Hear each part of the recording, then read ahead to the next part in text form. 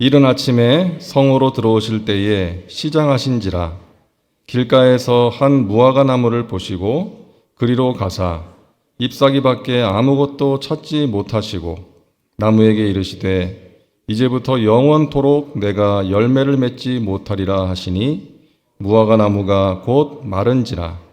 제자들이 보고 이상히 여겨 이르되 무화과 나무가 어찌하여 곧 말랐나이까. 예수께서 대답하여 이르시되 내가 진실로 너희에게 이르노니 만일 너희가 믿음이 있고 의심하지 아니하면 이 무화과 나무에게 된 이런 일만 할 뿐 아니라 이 산더러 들려 바다에 던져지라 하여도 될 것이요 너희가 기도할 때에 무엇이든지 믿고 구하는 것은 다 받으리라 하시니라. 아멘. 열매를 찾으시는 예수님, 이런 제목으로 말씀을 나누겠습니다. 이번 한 주간 고난주간에 행하신 예수님의 행적을 살펴봄으로써 은혜를 나누고자 하는데요. 우리 예수님은 어제 어린 나귀를 타시고 예루살렘으로 들어가셨습니다. 사람들은 종려나무 가지를 흔들고 호산나를 외치면서 예수님을 환영했습니다. 오늘 우리가 함께 볼 내용은 우리 예수님께서 그 다음 날인 월요일에 하신 일이에요. 아침에 시장하셨습니다. 그래서 주위를 둘러보시는데 마침 무화과 나무가 있는 거예요. 그래서 열매를 얻을까 해서 무화과 나무로 가셨는데 잎만 무성하고 열매가 없었습니다. 그래서 예수님께서 그 무화과 나무를 저주하세요. 너가 앞으로 영원토록 열매를 맺지 못할 것이다. 그러자 나무가 곧 말라버렸습니다. 근데 여러분, 같은 내용이 나오는 마가복음 11장을 보니까요, 그 때가 무화과의 때가 아니었다라고 말씀하고 있어요. 우리 예수님께서 그것을 모르셨을까요? 왜 예수님께서 죄 없는 무화과 나무를 저주하신 것일까요? 왜 말라버리게 하신 것일까요? 무화과 나무의 잘못 때문이 아니에요. 무화과 나무가 미워서 그렇게 하신 것이 아니라 그 무화과 나무를 통해서 사람들에게 메시지를 주고자 하신 것입니다. 너희가 잎만 무성하고 열매가 없는 사람이 되지 말아라. 이 메시지를 주고자 하신 거예요. 특별히 당시 사람들, 바리새인들이나 서기관 같은 사람들은 이 열매 없는 나무와 같았어요. 영적인 교만에 빠져서 자신이 의롭다고 생각하면서 다른 사람들을 판단하고 정죄했던 것이죠.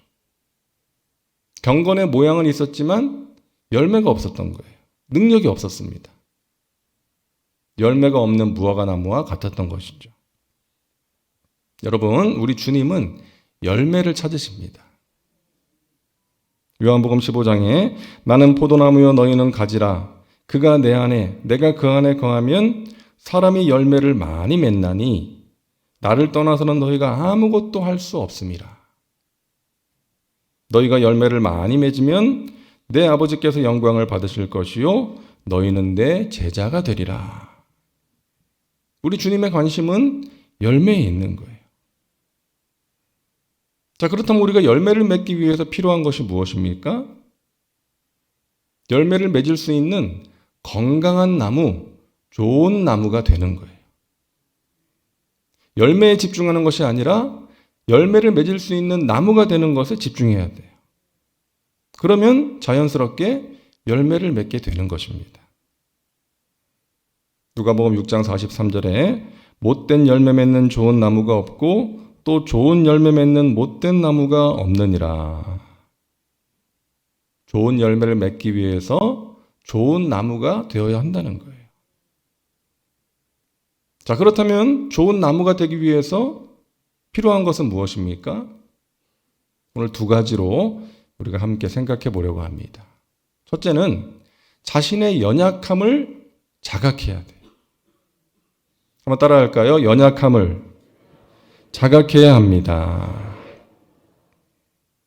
여러분, 나무는 스스로 존재할 수가 없어요. 나무 스스로 좋은 나무가 될 수 없어요. 좋은 땅에 심겨져야 돼요. 그죠? 나무가 땅에서 떨어져 있으면 살 수가 없죠. 땅에 심겨져야 되고 양분도 공급받아야 되고 수분도 필요하고 햇빛도 필요한 거예요. 예수님 말씀처럼 나를 떠나서는 너희가 아무것도 할 수 없느니라. 이걸 알아야 되는 거예요. 예수님께서 바리새인과 서기관들을 책망하신 이유가 여기에 있습니다. 너희는 너희가 의로운 사람이라고 생각하고 다른 사람보다 우월하다고 생각하는데 사실 너희 안에 더러운 것이 가득 차 있구나. 회칠한 무덤 같구나. 겉으로 보기에는 잎이 무성해서 보기에는 좋은데 열매가 없는 거예요.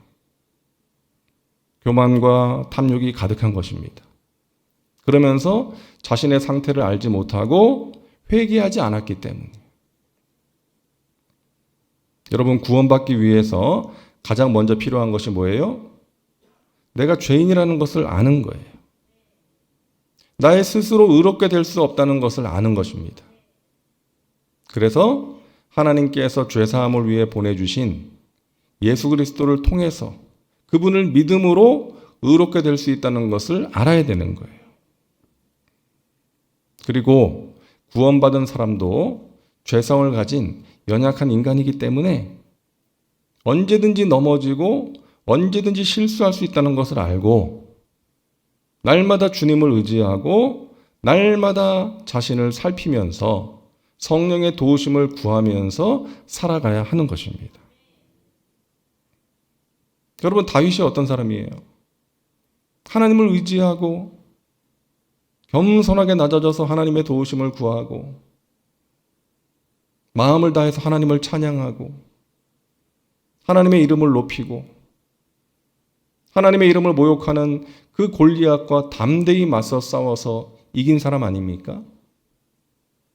하나님을 경외하는 순전한 믿음을 가진 사람이었어요. 그래서 자신을 괴롭히는 사울을 죽이고 고생을 끝낼 수 있는 기회가 2번이나 찾아왔음에도 불구하고 하나님께서 기름 부어 세우신 자를 내 손으로 해할 수 없다.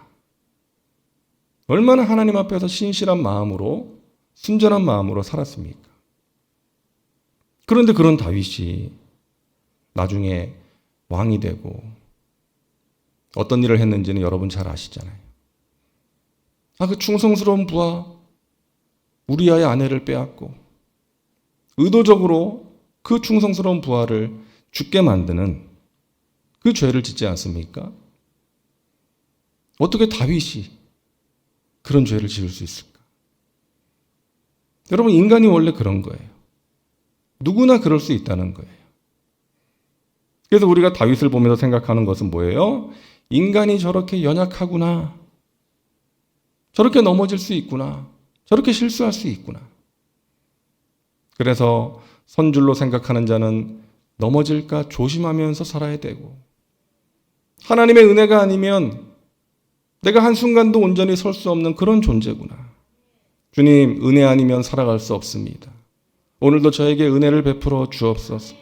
하나님의 능력의 손으로 저를 붙들어 주시고 성령께 사로잡혀서 성령의 인도하심을 따라 살게 하여 주시옵소서. 기도해야 되는 거죠. 자신의 연약함을 자각하고 겸손하게 낮아져서 하나님을 의지하는 사람. 그러함으로 하나님께서 맺게 해주시는 열매가 있는 사람. 회개의 열매, 사랑의 열매, 변화의 열매, 전도의 열매.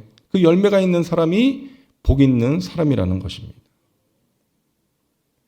시편 1편에서 어떤 사람이 복이 있는 사람이라고요? 3절에 보니까 그는 시냇가에 심은 나무가 철을 따라 열매를 맺으며 그 잎사귀가 마르지 아니함 같으니 그가 하는 모든 일이 다 형통하리로다. 아멘.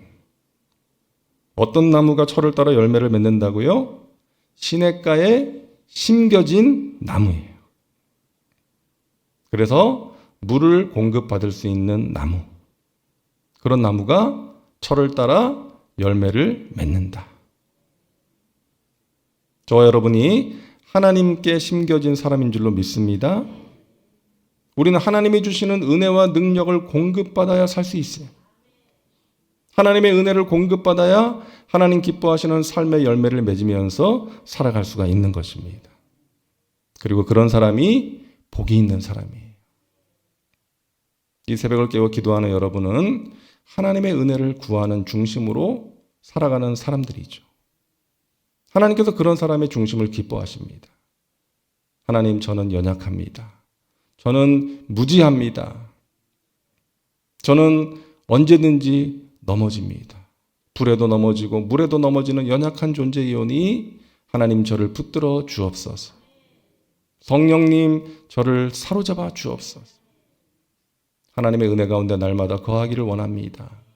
이러한 중심으로 하나님을 찾고 기도하는 여러분의 삶 가운데, 또 여러분의 심령 가운데 하나님께서 귀한 은혜의 역사를 베풀어 주실 줄로 믿습니다.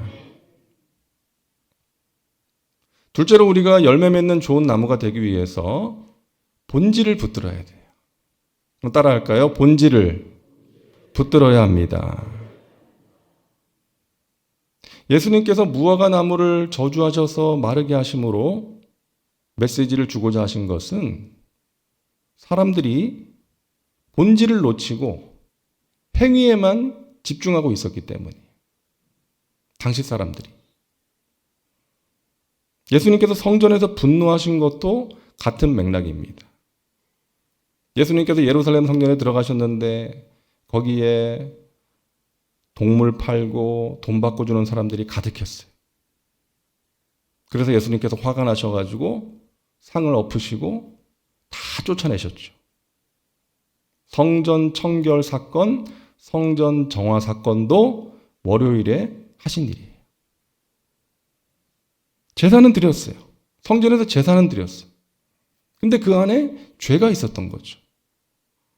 근데 그 죄는 보지 못하고 죄에서 돌이키려고 하는 본질은 없이 행위에만 사람들이 치중하고 있었던 거예요. 우리에게는 예루살렘 성전이 있으니까, 우리는 성전에 나가서 예배드리고 제사드리고 있으니까 스스로 만족하고 있었던 것입니다. 그래서 오래전부터 하나님께서 선지자들을 통해서 주신 말씀이 있잖아요. 너희가 나에게 가져오는 무수한 재물들, 나에게 의미가 없다.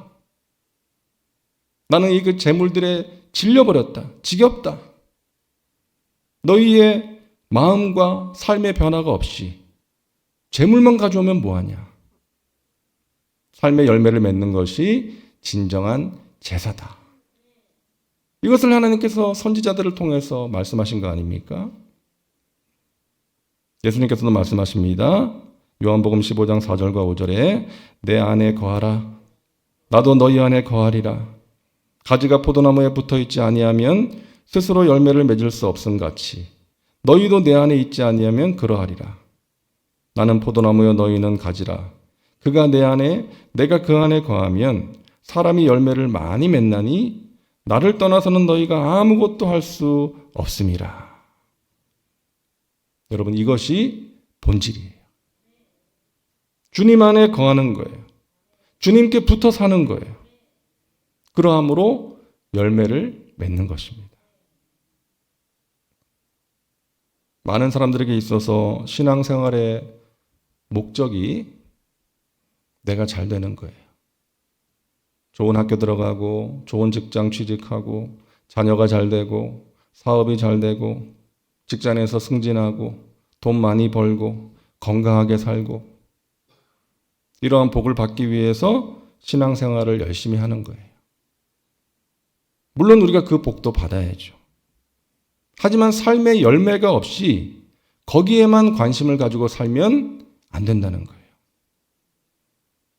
예수님께서 말씀하시는 본질은 뭐예요? 너희가 내 안에 거하는 것이다. 내 말대로 사는 것이다. 변화의 열매를 맺는 것이다. 여러분, 본질은 doing, 우리가 무엇을 하는가가 아니에요. being, 우리가 어떤 존재냐, 우리가 어떤 사람이냐 하는 것입니다.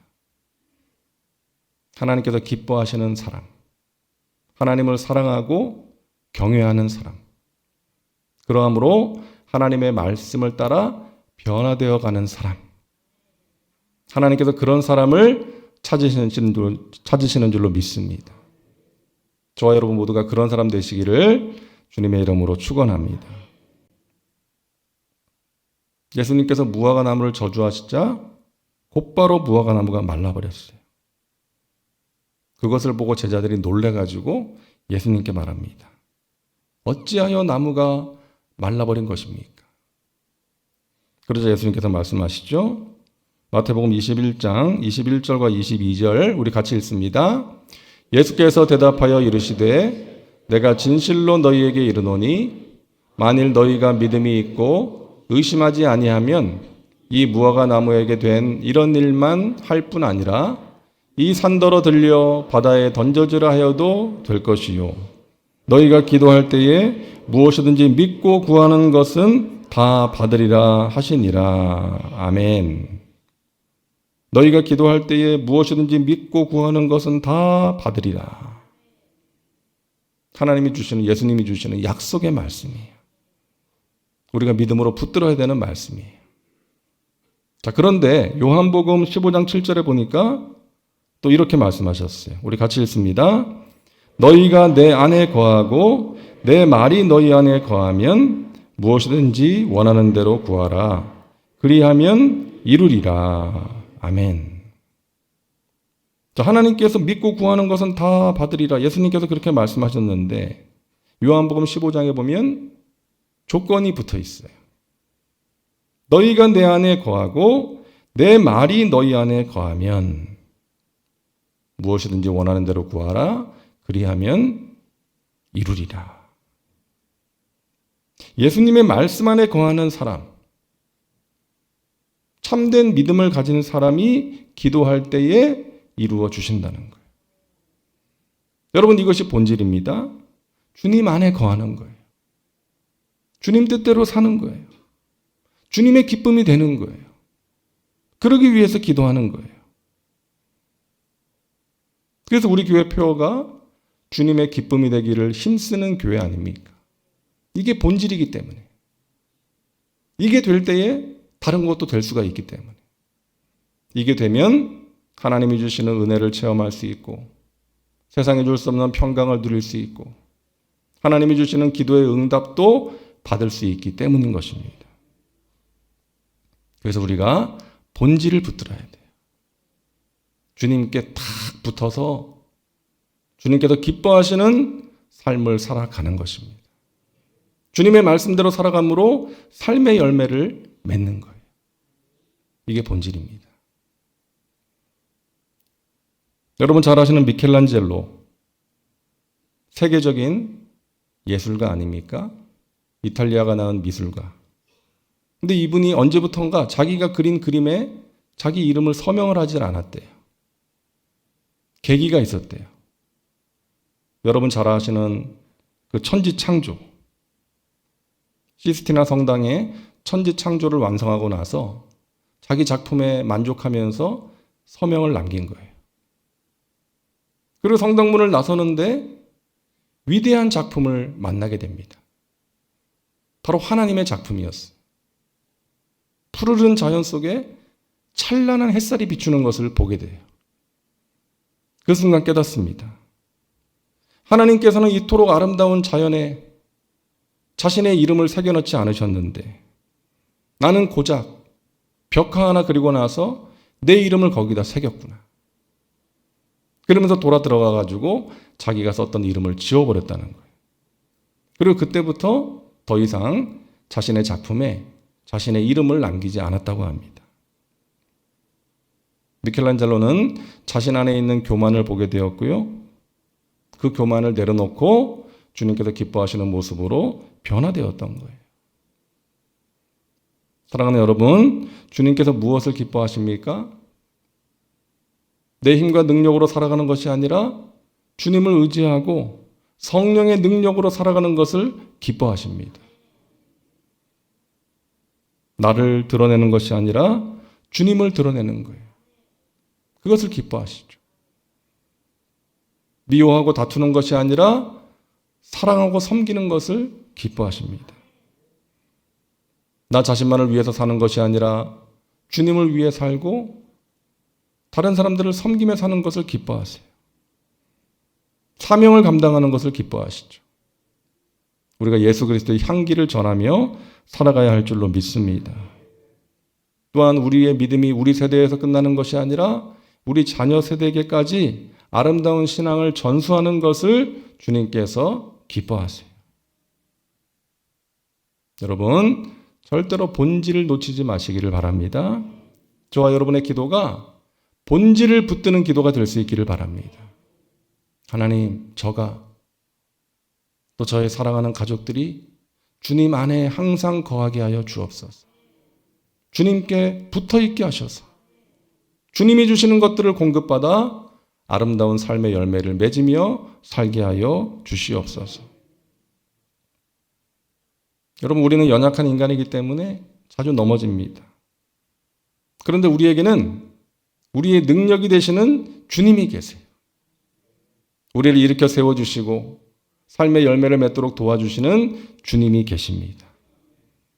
내게 능력 주시는 주님 안에서 내가 모든 것을 할 수 있습니다. 주님께서 기뻐하시는 열매를 맺으며 살아갈 수가 있습니다. 여러분, 죄를 이길 수 있고 문제를 이길 수 있습니다. 그 주님을 의지하심으로 기도하시고 우리 주님이 베푸시는 은혜 가운데 승리의 삶을 살아가시고 좋은 나무가 되셔서 우리 주님이 찾으시는 아름다운 열매 맺으시고 여러분 주위의 사람들에게 그 열매를 나누어 주시며 복된 삶을 살아가시기를 주님의 이름으로 축원합니다. 기도합니다. 주님, 고난주간의 첫째 날 열매를 찾으시는 예수님의 모습을 보았습니다. 하나님, 우리의 삶에, 우리의 심령에 하나님께서 기뻐하시는 열매가 맺히게 하여 주옵소서.